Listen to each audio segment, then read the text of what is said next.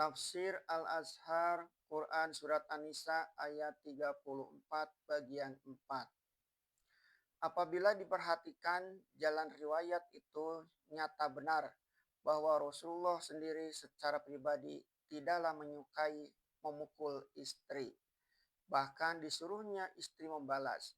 Itu dapat dimaklumi karena beliau sendiri yang beristri sampai 9 orang tidaklah pernah walaupun sejentik salah seorang istri beliau.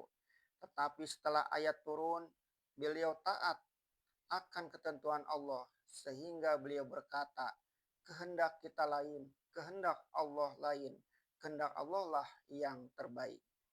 Menunjukkan bahwa satu-satu waktu memang ada istri yang makanan pukul, maka orang yang berbudi tinggi khusus Nabi Muhammad SAW dan manusia-manusia budiman tentu tidak akan melakukannya. Tetapi memang sewaktu-waktu di dalam rumah tangga terdapat istri yang mesti dipukul. Ini pun adalah rahasia rumah tangga yang oleh orang lain tidak perlu dicampuri. Tetapi tepat sekali sebuah hadis yang dirawikan oleh Bukhari dan Muslim dari riwayat Abdullah bin Zam'ah. Rasulullah Shallallahu Alaihi Wasallam bersabda, ayadribu ahadukum imarat atuhu kama yadribul abda summa yujami'uha fi akhiril yaumi. Apakah patut seorang kamu memukul istri sebagaimana memukul budak, kemudian di malam harinya dia disetubui pula? Hadis riwayat Bukhari dan Muslim. Hadis Aisyah yang diriwayatkan oleh Abdul Razak pun hampir serupa pula bunyinya. Dengan hadis ini, laki-laki yang suka memukul istrinya seakan-akan dipandangnya istrinya sebagai budak atau hamba sahaya adalah laki-laki yang kasar budi. Padahal istri bukan budak, bukan barang benda, tetapi manusia dan teman hidup. Maka setelah memerhatikan sabda Rasulullah ini sudah bertambah jelaslah apa maksud pukul. Sudah bertambah jelas pula apa maksud keterangan Ibnu Abbas. Pukul dengan sikat gigi atau pukul dengan tongkat kecil. Bukan sebagaimana memukul budak. Amat hinalah engkau.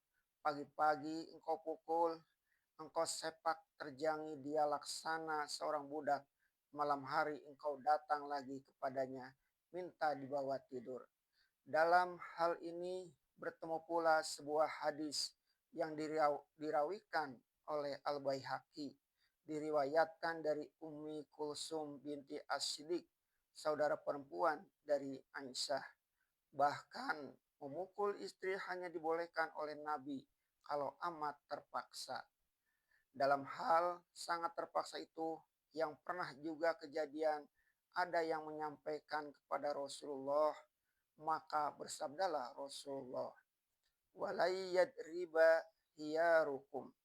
Orang baik-baik di antara kamu niscaya tidak akan memukul istrinya. Hadis riwayat Al-Baihaqi. Pendeknya, peraturan Allah itulah yang baik. Ada keizinan memukul kalau sudah sangat perlu. Tetapi orang baik-baik berbudi tinggi akan berupaya supaya memukul dapat dielakkan. Dan tidaklah benar sama sekali kalau memukul sama sekali tidak diizinkan. Kalau laki-laki telah diakui Allah sebagai pemimpin, sebagaimana sikap Nabi itu sendiri, beliau kurang senang jika ada orang yang mempergunakan kesempatan memukul itu. Beliau sendiri tidak pernah memukul istri-istrinya, maka pihak perempuan pun niscaya wajib pula berusahalah dengan budi bahasanya, agar kalau suaminya mengajarinya, janganlah sampai dengan pukul. Ibnu Abbas memberikan tafsir, pukullah tetapi jangan yang menyebabkan dia menderita. Atau berkata, pukullah dengan sikat gigi atau siwak. Lalu ulama-ulama fikih menjelaskan, jangan sampai melukai, jangan sampai patah tulang, jangan berkesan dan jauhi memukul muka, karena mukalah kumpulan segala kecantikan.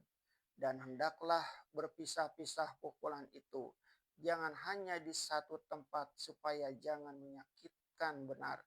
Bahkan ada pula ahli fikih berkata, pukul saja dengan tangan yang diselubungi saput tangan, jangan dengan cambuk dan jangan dengan tongkat. Ar-Roji menjelaskan pula dalam tafsirnya bahwa melakukan itu hendaklah cara bertingkat.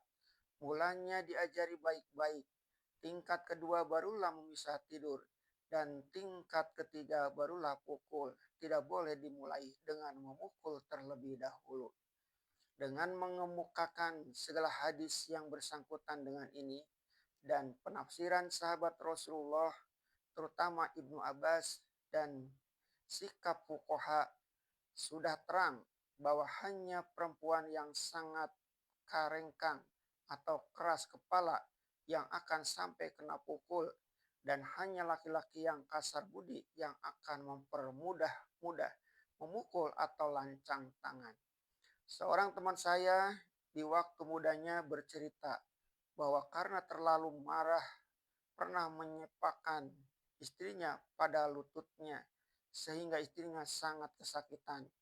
Bekas sepaknya meninggalkan kesan hijau pada tulang lutut istrinya berhari-hari lamanya. Dia sangat menyesal atas perbuatannya itu sampai bertahun-tahun lamanya. Apatah lagi setelah dibacanya hadis Nabi tadi. Orang baik-baik di antara kamu tidaklah akan memukul istrinya. Kemudian datanglah lanjutan ayat, tetapi jika mereka taat kepada kamu, maka janganlah kamu cari-cari jalan buat menyusahkan mereka. Perempuan yang taat di sini bukanlah semata-mata perempuan yang tunduk kepada tuannya. Taat ialah perempuan yang tahu akan hak dan kewajibannya, yang menjaga rumah tangga dengan baik dan tahu akan tenggang menenggangnya, dan juga tahu akan harga dirinya. Pada istri yang sudah semacam itu keadaannya, janganlah cari-cari pasal, berlakulah hormat menghormati dalam rumah tangga. Karena kalau istri sudah demikian baiknya, lalu laki-laki cari pasal saja membuat gaduh, jangan disesalkan kalau dia melawan. Janganlah suatu kesalahan yang terjadi ditimpakan saja kepada istri, karena meskipun dia perempuan, dia juga manusia yang patut dihormati. Keadaan dirimu sendiri pun sebagai laki-laki akan canggung kalau dia tidak ada. Imam Ghazali di dalam kitab Ihya Ulumuddin memberikan nasihat kepada seorang suami supaya bersabar menanggungkan perangai-perangai istrinya, sebab sebab tiap-tiap perempuan, tegasnya tiap-tiap manusia ada saja segi kelemahannya. Bahkan engkau laki-laki pun mempunyai segi kelemahan. Yang kesabaran istrimu pula lah yang akan mengekalkan rumah tangganya.